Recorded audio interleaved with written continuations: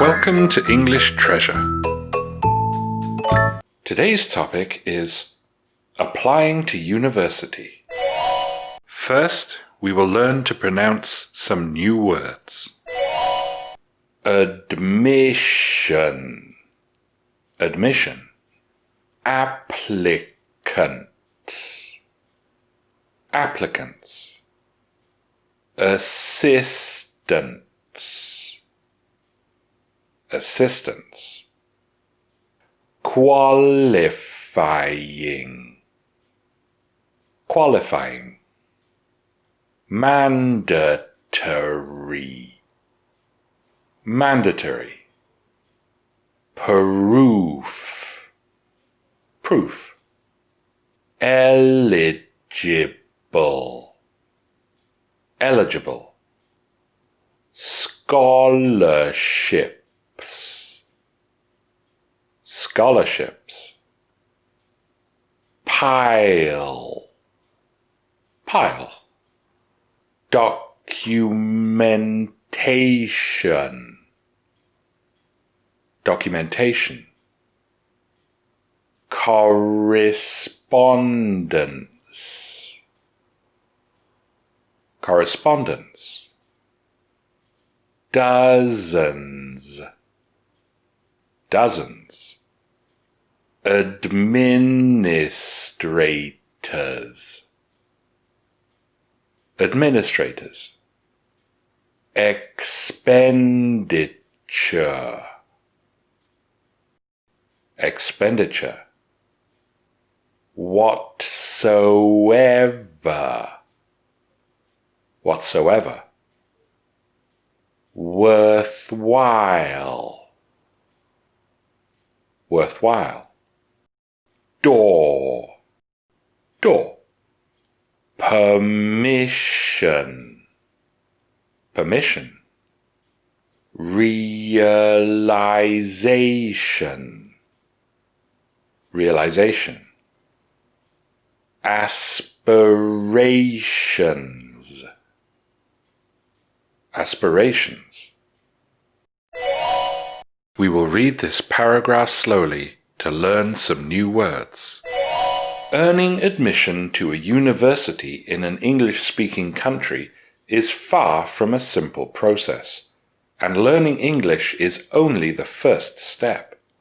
Once you have achieved a sufficient standard, then you must complete the university applications, which can be an endeavour in themselves, and one with which many applicants require assistance.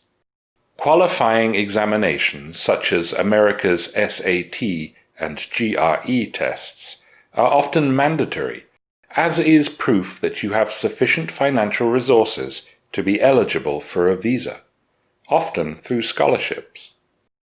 The applications themselves require assembling a pile of documentation and correspondence that can be dozens of pages long, and ensuring that it is received by inconsistent deadlines set by anonymous administrators.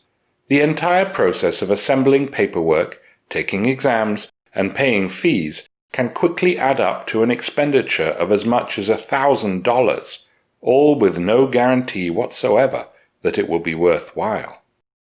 However, there is little that can compare to the feeling of receiving an acceptance letter. A sense of relief, of course, but also the abrupt opening of a door to a new future, permission to imagine a much larger world, and the realization that you can hold even higher aspirations.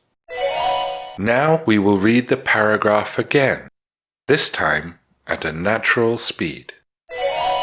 Earning admission to a university in an English-speaking country is far from a simple process, and learning English is only the first step. Once you have achieved a sufficient standard, then you must complete the university applications, which can be an endeavour in themselves and one with which many applications require assistance. Qualifying examinations, such as America's SAT and GRE tests, are often mandatory, as is proof that you have sufficient financial resources to be eligible for a visa, often through scholarships. The applications themselves require assembling a pile of documentation and correspondence that can be dozens of pages long, and ensuring that it is received by inconsistent deadlines set by anonymous administrators. The entire process of assembling paperwork, taking exams, and paying fees can quickly add up to an expenditure of as much as $1,000, all with no guarantee whatsoever that it will be worthwhile. However, there is little that can compare to the feeling of receiving an acceptance letter. A sense of relief, of course, but also the abrupt opening of a door to a new future, permission to imagine a much larger world, and the realization that you can hold even higher aspirations. Now let's review the new words we have learned. Admission. Admission. Applicants. Applicants. Assistants.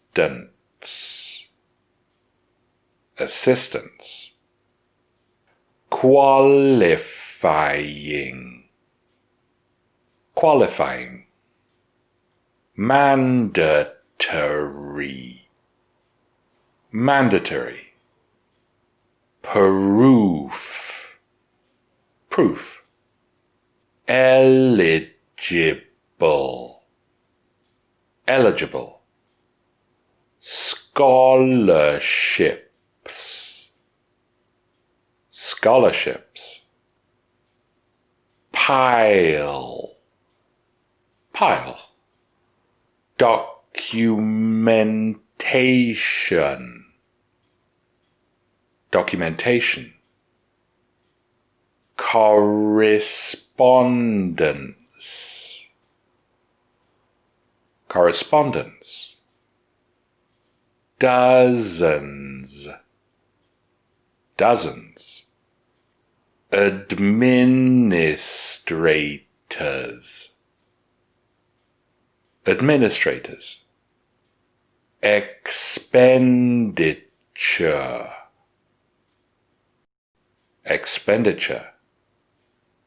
Whatsoever. Whatsoever. Worthwhile. Worthwhile. Door. Door. Permission. Permission. Realization. Realization. Aspirations. Aspirations. Listen to these questions. What qualifying exams might you need to go to university in America? How much can you spend on applying to foreign universities?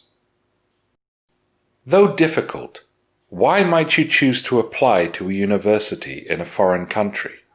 If you know the answers, tell us in the comments. Thanks for watching. If you liked the video, like it.